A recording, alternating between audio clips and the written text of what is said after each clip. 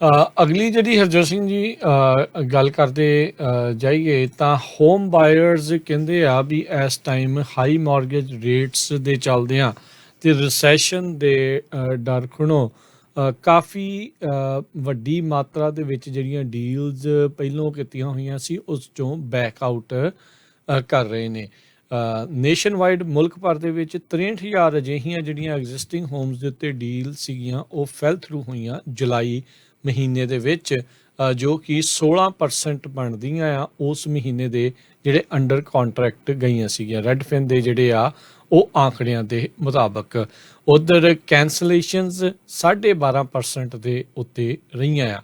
ਇਹ ਜਿਹੜੇ ਸਰਵੇ ਆ John Burns real estate consulting company ਆ ਉਹਨਾਂ ਦੇ ਦੁਆਰਾ ਜਿਹੜੀਆਂ ਉਹ ਕੀਤਾ ਗਿਆ ਸੀਗਾ। So home builder cancellation rate April ਮਹੀਨੇ ਤੋਂ ਕਹਿੰਦੇ ਆ ਜੇ ਦੇਖਿਆ ਜਾਵੇ ਤਾਂ ਇਹ ਡਬਲ ਜਿਹੜਾ ਕੈਂਸਲੇਸ਼ਨ ਰੇਟ ਆ ਉਹ ਹੋ ਚੁੱਕਾ ਹੈਗਾ। ਸੋ ਪਿਛਲੇ ਜਿਹੜੇ ਨੇੜਲੇ ਅਤੀਤ ਦੇ ਵਿੱਚ ਦੇਖਿਆ ਜਾਵੇ ਤਾਂ ਇਹ ਹੁਣ ਤੱਕ ਦਾ ਸਭ ਤੋਂ ਵੱਡਾ ਆંકੜਾ ਇਹ ਬਣਿਆ ਹੈਗਾ ਆ। ਸੋ ਇਹੀ ਆંકੜਾ ਕੈਂਸਲੇਸ਼ਨਸ ਦਾ 8% ਸੀਗਾ ਅਪ੍ਰੈਲ ਦੇ ਵਿੱਚ ਤੇ 7.5% ਸੀਗਾ ਜਿਹੜਾ ਉਸ ਤੋਂ ਪਹਿਲਾਂ। ਸੋ ਹੁਣ ਜਿਹੜੇ ਬਿਲਡਰਸ ਆ ਜੁਲਾਈ ਦੇ ਵਿੱਚ ਉਹਨਾਂ ਦੇ ਜਿਹੜੇ ਕੰਟਰੈਕਟਸ ਆ 17.6% ਫੈਲ ਥਰੂ ਜਿਹੜੇ ਉਹ ਹੋ ਰਹੇ ਨੇ।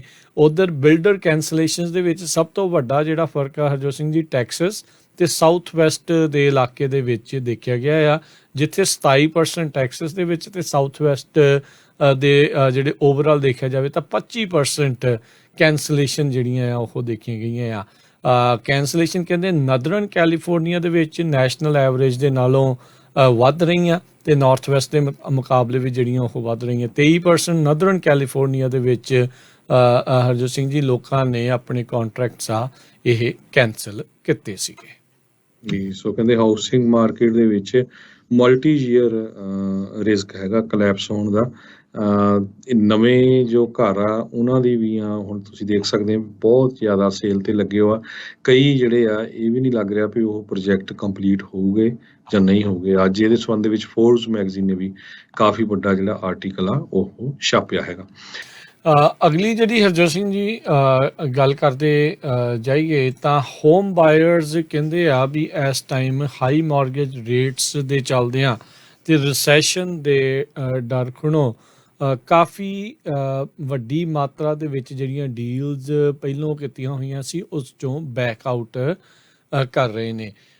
ਨੇਸ਼ਨ ਵਾਈਡ ਮੁਲਕ ਭਰ ਦੇ ਵਿੱਚ 63,000 ਅਜਿਹੀਆਂ ਜਿਹੜੀਆਂ ਐਗਜ਼ਿਸਟਿੰਗ ਹੋਮਸ ਦੇ ਉੱਤੇ ਡੀਲ ਸੀਗੀਆਂ ਉਹ ਫੈਲ ਥਰੂ ਹੋਈਆਂ ਜੁਲਾਈ ਮਹੀਨੇ ਦੇ ਵਿੱਚ, ਜੋ ਕਿ 16% ਬਣਦੀਆਂ ਆ ਉਸ ਮਹੀਨੇ ਦੇ ਜਿਹੜੇ ਅੰਡਰ ਕੰਟਰੈਕਟ ਗਈਆਂ ਸੀਗੀਆਂ ਰੈਡਫਿਨ ਦੇ ਜਿਹੜੇ ਆ ਉਹ ਆંકੜਿਆਂ ਦੇ ਮੁਤਾਬਕ। ਉਧਰ ਕੈਂਸਲੇਸ਼ਨਸ 12.5% ਦੇ ਉੱਤੇ ਰਹੀਆਂ ਆ।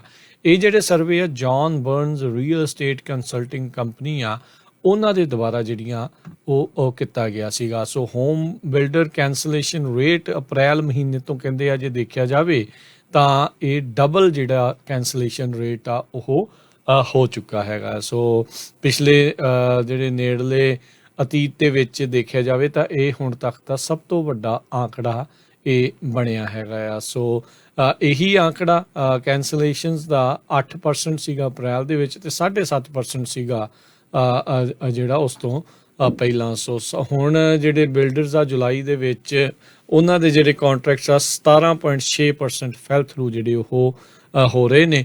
ਉਧਰ ਬਿਲਡਰ ਕੈਂਸਲੇਸ਼ਨਸ ਦੇ ਵਿੱਚ ਸਭ ਤੋਂ ਵੱਡਾ ਜਿਹੜਾ ਫਰਕ ਆ ਹਰਜੋਤ ਸਿੰਘ ਜੀ ਟੈਕਸਸ ਤੇ ਸਾਊਥ ਵੈਸਟ ਦੇ ਇਲਾਕੇ ਦੇ ਵਿੱਚ ਦੇਖਿਆ ਗਿਆ ਆ, ਜਿੱਥੇ 27% ਟੈਕਸਸ ਦੇ ਵਿੱਚ ਤੇ ਸਾਊਥ ਵੈਸਟ ਦੇ ਜਿਹੜੇ ਓਵਰਆਲ ਦੇਖਿਆ ਜਾਵੇ ਤਾਂ 25% ਕੈਂਸਲੇਸ਼ਨ ਜਿਹੜੀਆਂ ਆ ਉਹ ਦੇਖੀਆਂ ਗਈਆਂ ਆ। ਕੈਂਸਲੇਸ਼ਨ ਕਹਿੰਦੇ ਨਦਰਨ ਕੈਲੀਫੋਰਨੀਆ ਦੇ ਵਿੱਚ ਨੈਸ਼ਨਲ ਐਵਰੇਜ ਦੇ ਨਾਲੋਂ ਵੱਧ ਰਹੀਆਂ ਤੇ ਨਾਰਥ ਵੈਸਟ ਦੇ ਮੁਕਾਬਲੇ ਵੀ ਜਿਹੜੀਆਂ ਉਹ ਵੱਧ ਰਹੀਆਂ। 23% ਨਦਰਨ ਕੈਲੀਫੋਰਨੀਆ ਦੇ ਵਿੱਚ ਹਰਜੋਤ ਸਿੰਘ ਜੀ ਲੋਕਾਂ ਨੇ ਆਪਣੇ ਕੰਟਰੈਕਟਸ ਆ ਇਹ ਕੈਂਸਲ ਕੀਤੇ ਸੀਗੇ ਜੀ। ਸੋ ਕਹਿੰਦੇ ਹਾਊਸਿੰਗ ਮਾਰਕੀਟ ਦੇ ਵਿੱਚ ਮਲਟੀ ਈਅਰ ਰਿਸਕ ਹੈਗਾ ਕਲੈਪਸ ਹੋਣ ਦਾ। ਨਵੇਂ ਜੋ ਘਰ ਆ ਉਹਨਾਂ ਦੀ ਵੀ ਆ ਹੁਣ ਤੁਸੀਂ ਦੇਖ ਸਕਦੇ ਹੋ ਬਹੁਤ ਜ਼ਿਆਦਾ ਸੇਲ ਤੇ ਲੱਗੇ ਹੋ ਆ। ਕਈ ਜਿਹੜੇ ਆ ਇਹ ਵੀ ਨਹੀਂ ਲੱਗ ਰਿਹਾ ਵੀ ਉਹ ਪ੍ਰੋਜੈਕਟ ਕੰਪਲੀਟ ਹੋਊਗੇ ਜਾਂ ਨਹੀਂ ਹੋਊਗੇ। ਅੱਜ ਇਹਦੇ ਸੰਬੰਧ ਦੇ ਵਿੱਚ ਫੋਰਬਸ ਮੈਗਜ਼ੀਨ ਨੇ ਵੀ ਕਾਫੀ ਵੱਡਾ ਜਿਹੜਾ ਆਰਟੀਕਲ ਆ ਉਹ ਛਾਪਿਆ ਹੈਗਾ।